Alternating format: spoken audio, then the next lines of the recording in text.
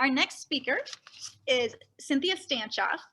She advocates for the planet from her home in Chesterville and is active with the CEBE Climate Action Team, the Franklin County Climate Crisis Coalition, and the Mid-Maine chapter of the Citizens Climate Lobby. The rest of the time, she looks for mushrooms. Welcome, Cynthia. Thanks. Hey, everyone. I'm here to tell you about an initiative in Maine aimed at engaging local citizens in a national climate policy through passing resolutions in their town meetings and town councils. This all-volunteer effort is the Carbon Cashback 4ME campaign. And it builds on the work of the Citizens Climate Lobby, which is a national nonpartisan group of volunteers focused on building political will with grassroots to grasstops lobbying for cashback carbon pricing, as outlined in the Energy Innovation and Carbon Dividend Act, a bipartisan bill they helped create and will soon be reintroduced. So why do we think a national policy should be a local issue? Well, because a national and in fact global problem is having increasingly obvious local effects. Hey, lobsters are leaving, waters are warming, blueberries are baking, ski season is shortening, pests are proliferating, need I go on? Global warming / climate change is of course caused by the once beneficial greenhouse effect on steroids. Modern greenhouse gas emissions, mostly CO2, have increased the heat trapping layer of the atmosphere so much the planet in effect has a fever, and the fever is rising. Climate modeling shows that to keep warming, the connection between human industrial activity and modern levels of atmospheric carbon dioxide is pretty darn clear. As you can see in this graph, of the past 800,000 years, CO2 has spiked periodically, but never has it resembled the spike of the last 100 years or the level it's at now. Climate modeling shows that to keep warming to 1.5 degrees Celsius, which is considered by most to be the limit for a future habitable planet, we've got to reduce emissions drastically and swiftly, because our current trajectory lands us at 3.6 degrees of warming by the end of the century. No one policy can solve the climate problem, but top economists and climate policy experts agree that correcting the prices of fossil fuels is one of the most effective ways to swiftly reduce carbon emissions. In essence, if fossil fuels are priced to reflect their hidden costs, they'll lose ground to cleaner fuels and we'll use less of them.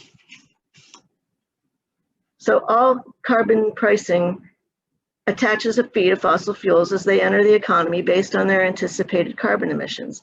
Cashback carbon pricing, carbon fee and dividend, returns all the fees to all American residents with equal per person monthly checks for all adults and half shares for children. The idea for carbon pricing came from some pretty conservative economists who identified the source of our carbon pollution problem as a market failure that is due to various subsidies and fossil fuel prices. The fossil fuel prices have been too low, and because they haven't included their hidden costs.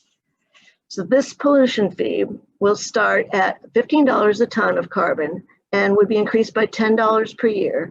And this increased cost to producers would no doubt be passed on to buyers of the fuel and then on to goods manufactured with it. But does that mean all prices will rise just as much? No, because increasing fossil fuel costs will incentivize energy efficiency improvements and use of renewables by industry and business. And meanwhile, build a new energy economy. All the same, and at the same time, the dividend will enable consumers to choose among products and priorities in their household budgets. In the cashback carbon pricing we support, all the fees would be deposited in a carbon trust fund and completely dispersed monthly. Every individual would get the same amount. An already existing agency like the Treasury would handle the money for minimal administrative fees, and that makes it a revenue neutral policy that doesn't grow the government. You can see here that in Maine, most households would come out ahead with a monthly dividend. In general, lower income households benefit more because they consume less but get the same dividend. So in all areas, between 50% and 70% of households will come out ahead.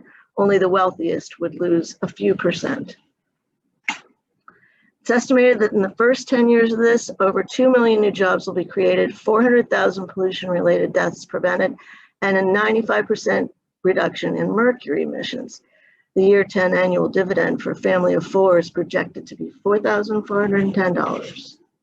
And most of all, most importantly, this policy itself could cut US carbon emissions by 40% in 12 years, and 90% by 2050, enough to meet the Intergovernmental Panel on Climate Change's emission targets for limiting warming to below 2 degrees Celsius. So what about other countries? Well, 46 other countries already employ carbon pricing, and many more are discussing it. Our closest trading partner, Canada, has it. The EU is considering going international with it and penalizing trading partners lacking a carbon pricing system. So it behooves us to get on board. The Carbon Cashback 4ME campaign recruits town champions to get articles on their annual town meeting warrants, asking voters to 1, endorse a national carbon fee and dividend policy, and 2, encourage Congress and the president to enact it. Win or lose, this gets a hopefully respectful climate conversation going in our communities. In municipalities with a town or city council and no annual town meeting, town champions can request a resolution of the council endorsing the policy. They can also ask for endorsements by businesses, nonprofits, whoever, because it's all about building understanding of and political will for this awesome climate solution. So all warrant articles and council resolutions contain a requirement that the town shall inform the state legislators, the governor, the members of Congress, and US President about the town's action.